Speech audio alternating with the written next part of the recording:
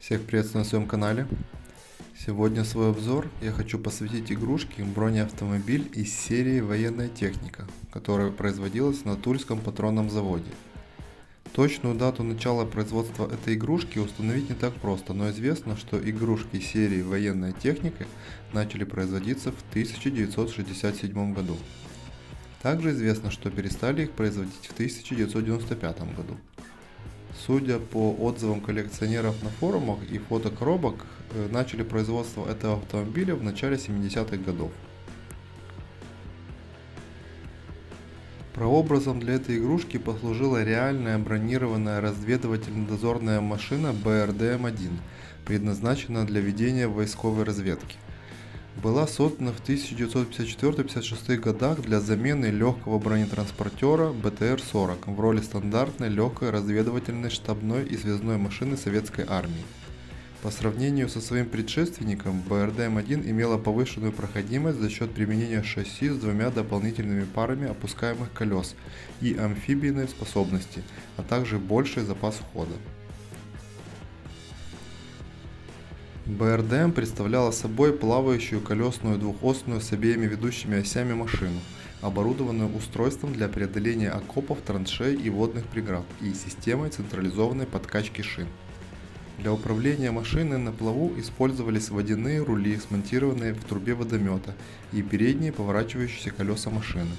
Для предотвращения заливания силового отделения через вентиляционное отверстие во время плавания на машине устанавливался волноотражательный щит. Серийное производство БРДМ осуществлялось с 1957 по 1966 год. Последние годы машина выпускалась параллельно с улучшенной БРДМ-2, созданной на ее основе. Помимо основного варианта, БРДМ послужила базой для создания ряда специализированных машин, прежде всего самоходных ПТРК. Всего было выпущено около 10 тысяч машин всех типов. БРДМ использовались советскими сухопутными воздушно-десантными войсками и морской пехотой вплоть до конца 70-х годов. Игрушка бронеавтомобиль выпускалась под номером 15 в серии «Военная техника». Сделана эта игрушка почти полностью из металла и красилась оружейной краской, так как производилась она в литейном цехе патронного завода. Пластиковыми деталями у него являются только колеса и на поздних вариантах еще и днище. Хотя этот бронеавтомобиль из металла, но все-таки имеет свои слабые места. Чаще всего отламывается у него фаркоп, колеса и иногда деформируется пластиковое днище. Эта игрушка в процессе производства менялась в некоторых деталях, что в свою очередь делает ее более привлекательной для коллекционеров. Отличия могут быть в надписях на днище, в материале изготовления днища, в форме некоторых деталей корпуса, в подкрашивании деталей и в тому подобных мелочах, которые истинным коллекционерам очень интересны. Самые ранние БРДМ, фотографии которых мне удалось найти, были без клейма завода и цены на металлическом днище. Заклепки на днище по форме были более выпуклые и мелкие, чем в более поздних бронеавтомобилях.